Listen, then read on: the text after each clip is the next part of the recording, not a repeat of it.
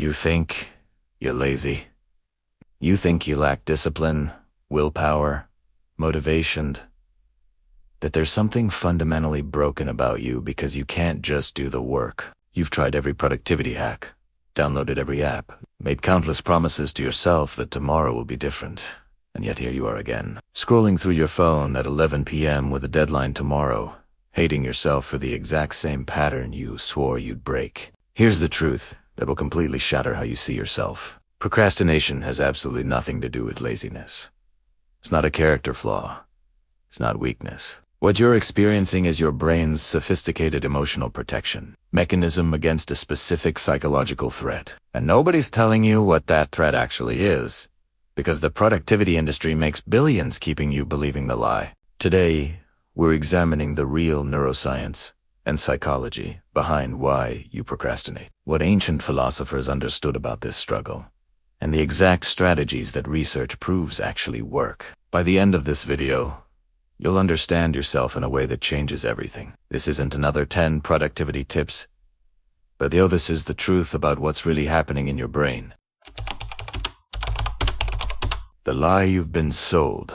Why it's not laziness. Let's start by destroying the most damaging myth about procrastination. The lie that keeps you trapped in shame and self-hatred. When you procrastinate, you don't feel relaxed and happy. You feel anxious, guilty, stressed. If this were really about laziness or wanting to avoid effort, you'd feel good while avoiding the task.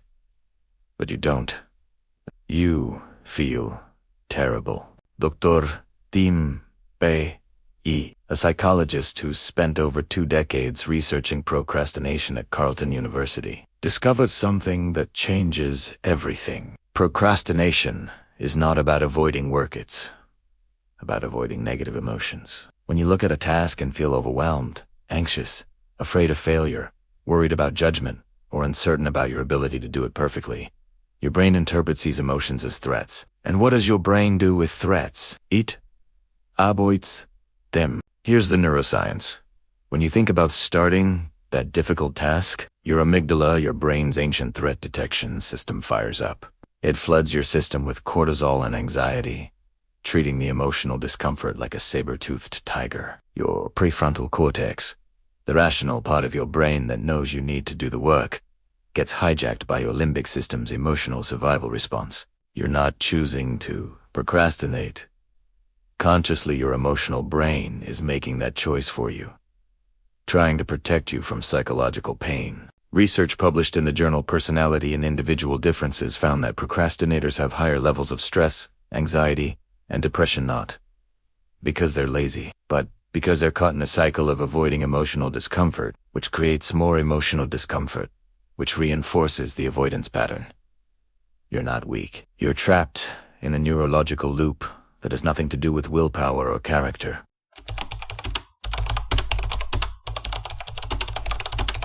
The real reasons you procrastinate, what you're actually avoiding. So what are these emotions you're actually avoiding? Let's get specific, because understanding your particular flavor of procrastination is the first step to breaking free. Fear of failure. You procrastinate because if you don't really try, you can tell yourself you would have succeeded if you'd given it your full effort. Psychologists call this self-handicapping. You're protecting your ego by ensuring you have an excuse if the outcome isn't perfect. This is especially common in high achievers and perfectionists. Your identity is wrapped up in being competent, so the possibility of trying hard and still failing feels existentially threatening. Fear of success. This sounds counterintuitive, but research shows many people procrastinate because success brings responsibility, visibility, and higher expectations. If you succeed at this project, people will expect more from you. If you get promoted, you'll have more pressure. Success means leaving your comfort zone permanently, and your brain prefers familiar discomfort over unfamiliar pressure. Gay Hendricks calls this the upper limit problem. You have an unconscious thermostat for how much success you can tolerate, and when you approach it, you sabotage yourself back to familiar territory. Perfectionism. If your standards are impossibly high, starting feels overwhelming. Because you're already imagining the gap between your vision and what you can actually produce. Research from York University found that perfectionism and procrastination are strongly correlated. You delay starting because you're terrified the result won't meet your standards. It's not that you don't care enough. It's that you care so much that the fear of imperfection is better. Lack of meaning. Sometimes you procrastinate because the task genuinely doesn't align with your values or goals, and your brain is giving you accurate feedback. If you're forcing yourself to pursue someone else's definition of success, your resistance isn't weakness, it's wisdom. Your procrastination might be telling you something important about what you actually want from your life. The Philosophers. What ancient thinkers knew about this. This struggle isn't new. Ancient philosophers grappled with the exact same problem, and their insights reveal that procrastination is fundamentally a human condition that transcends culture and time. Aristotle called it Akrasia, weakness of will. He observed that people often act against their own better judgment, doing what they know will harm them and avoiding what they know will help them. But Aristotle understood something crucial. Akrasia isn't about lacking information or understanding. You should exercise, start the project, have the difficult conversation. The problem isn't knowledge, it's the gap between knowing and doing. And that gap is filled with emotion, not ignorance. The Stoics had a different angle. Marcus Aurelius wrote in his Meditations about the daily struggle to get out of bed and do what needs doing. His solution wasn't to wait for motivation, it was to recognize that you are not your feelings. He wrote, "At dawn, when you have trouble getting out of bed, tell yourself, I have to go to work as a human being. What do I have to complain of if I'm going to do what I was born for?" The Stoic approach is to acknowledge the discomfort, recognize it doesn't control you, and act anyway. Seneca, another Stoic philosopher, wrote extensively about how we waste our lives in delay. It is not that we have a short time to live, but that we waste a lot of it. Life is long enough, and a sufficiently generous amount has been given to us for the highest achievements if it were all well invested. Seneca understood that procrastination is ultimately about how we relate to time. We act as if we have infinite tomorrows when we have only finite todays. Buddhist philosophy addresses this through the concept of resistance, the mental tension that arises when we cling to comfort and avoid necessary discomfort. The Buddhist teaching isn't to eliminate discomfort, but to change your relationship with it. You can notice the anxiety about starting, acknowledge it's just a sensation in your body and a pattern of thoughts, and choose to act despite it rather than being controlled by it. The neuroscience. What's actually happening in your brain? Let's get deeper into the brain science, because understanding the mechanism gives you power over it. There are several neurological systems at war when you procrastinate, and knowing the battlefield helps you win. First, there's temporal, discounting your brain's tendency to value immediate rewards over future ones. Neuroscientist Dr. Sam Harris explains that your brain treats future almost like a different person. The prefrontal cortex can imagine future consequences, but the limbic system only cares about right now. The discomfort of starting is immediate and visceral. The reward of completion is abstract and distant. Your emotional brain chooses present comfort over future benefit every time, unless you intervene. Second, there's the dopamine problem. Dopamine is the neurotransmitter of motivation and reward anticipation. When you think about an easy, pleasant, task-checking social media, watching videos, getting a snack, your brain gets a dopamine hit. When you think about a difficult, uncertain task with delayed rewards, you get no dopamine. Your brain is literally more motivated to avoid the hard thing because it's not getting the neurochemical fuel it needs to overcome inertia. Third, there's the prefrontal cortex bandwidth issue. Your prefrontal cortex, responsible for planning, decision-making, and self-control, has limited daily capacity. Decision fatigue is real. Research shows that your self-control depletes throughout the day like a battery. If you're trying to force yourself to start a difficult task at 9 p.m. after a full day of decisions and stress, your prefrontal cortex simply doesn't have the resources left to override your limbic system's resistance. Fourth, there's the anxiety avoidance loop. When you avoid the task, you get temporary relief. Your anxiety drops. This relief is rewarding, which reinforces the avoidance behavior. But the task is still there, so the anxiety comes back stronger. Now you associate the task with even more anxiety, making it even harder to start next time. You're literally training your brain to procrastinate through negative reinforcement. What actually works? Evidence-based strategies. Now let's talk about what research and neuroscience prove actually breaks the procrastination cycle. These aren't willpower strategies, they're approaches that work with your brain's architecture, not against it. Strategy 1. The 5-minute rule. Tell yourself you only have to work on the task for 5 minutes. Just 5. You can do anything for 5 minutes. What happens neurologically is that starting is the hardest part. It requires the most prefrontal cortex activation to overcome limbic resistance.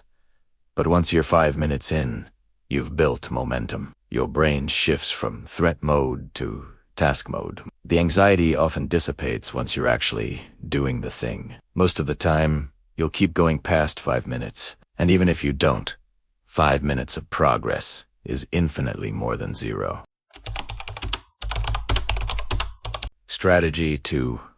Implementation intentions. Instead of vague goals like "I'll work on the project tomorrow," create specific if-then plans. If it's 9 a.m. and I finished breakfast, then I will open my laptop and write 1 paragraph. Psychologist Peter Gallwitzer's research shows that implementation intentions dramatically increase follow-through because they remove the decision-making moment to the moment where procrastination happens. You're not deciding whether to start. You're just executing a predetermined plan. Strategy 3. Emotional labeling. When you feel the resistance to starting, pause and label the specific emotion. This is fear of failure. This is perfectionism. This is overwhelm. Neuroscience research shows that labeling emotions activates your prefrontal cortex and reduces amygdala activation. You're literally calming your threat response by naming it. Once labeled, ask yourself, can I work on this task while feeling this emotion? Or do I need this emotion to go away first? Usually, you can act despite the feeling. Strategy for task breakdown with absurd specificity. If a task feels overwhelming, it's too big. Break it down until the first step is so small it feels almost absurd. Not write the report. That's huge. Not even write the introduction. Still too big. Open a blank document and write 1 sentence about the topic. That's specific enough to be not. Once you've done that, the next micro step becomes clearer. You're not building a house. You're laying 1 brick, then 1 more brick. Strategy 5. Environment design for friction removal. Your environment is stronger than your willpower. If you have to make 12 decisions before you can start working, find your laptop. Charge it. Clear the table. Close distracting tabs. Find your notes your prefrontal cortex will give up. Instead, set up your environment the night before, so starting requires 0 decisions. Laptop charged and open to the right document. Phone in another room. Workspace clear. The path of least resistance should lead to the work, not away from it. Strategy 6. Self-compassion over self-criticism. Dr. Kristin Neff's research on self-compassion reveals something crucial. Beating yourself up for procrastinating makes you procrastinate more, not less. Why? Because now you're associating the task with shame, adding another layer of negative emotion to avoid. Self-compassion, treating yourself with the same kindness you'd show a struggling friend, actually increases motivation, because it reduces the emotional threat. You're not a terrible person. You're a human with a very normal brain, struggling with a very common challenge. Strategy 7. Meaning, connection. When possible, connect the tedious task to something that genuinely matters to you. If you're studying for an exam you don't care about, procrastination makes sense. There's no authentic motivation. But if you can find even a thread of meaning, this degree gets me closer to work I care about, or finishing this proves to myself I can do hard things. You give your brain a reason beyond external pressure. Viktor Frankl was right. Humans can endure almost anything if there's meaning attached to it. The deeper truth what procrastination reveals about you. Here's the final piece that ties everything together. Chronic procrastination is often a symptom of a deeper misalignment between how you're living and what you actually value. If you procrastinate on everything, always, it might be worth asking whether you're pursuing goals that actually matter to you or goals that look impressive to others. Sometimes procrastination is your psyche's way of screaming, "This isn't it." You're not lazy or living someone else's definition of success, and your soul is resisting. The most successful people aren't those who can force themselves to do meaningless work through pure discipline. They're the ones who found work that aligns with their authentic values, where the resistance is minimal because the meaning is maximal. This doesn't mean every task you do should feel meaningful. Life includes necessary tedious work. But if you're chronically procrastinating on your supposed life goals, maybe those aren't actually your goals. Maybe you absorb them from parents, society, or past versions of yourself that no longer fit who you are. Your procrastination might be valuable information, not a character flaw. Call to action. So here's your homework. Your first step out of this cycle. Pick one task you've been avoiding. Just one. Now use the 5-minute rule. Commit to working on it for exactly 5 minutes tomorrow at a specific time, not sometime tomorrow at 9 a.m., or after breakfast, or whatever specific trigger makes sense. 5 minutes. That's all. Don't try to fix all of your procrastination at once. That's overwhelming, which will just trigger more procrastination. You're building a new neural pathway, one small action at a time. One tiny moment of doing the thing despite the discomfort. That's how you retrain your brain. If this video changed how you see procrastination and yourself, subscribe to the Examine Mind for more content where psychology, philosophy, and neuroscience come together to help you understand your mind and actually change your behavior. Drop a comment telling me which strategy you're going to try first. The community support genuinely helps. Next week, we're examining why you sabotage your own success right when you're about to break through, and what the psychology of self-destruction reveals about your unconscious beliefs about what you deserve. Thanks for examining your mind with me. Now, go do that 5 minutes.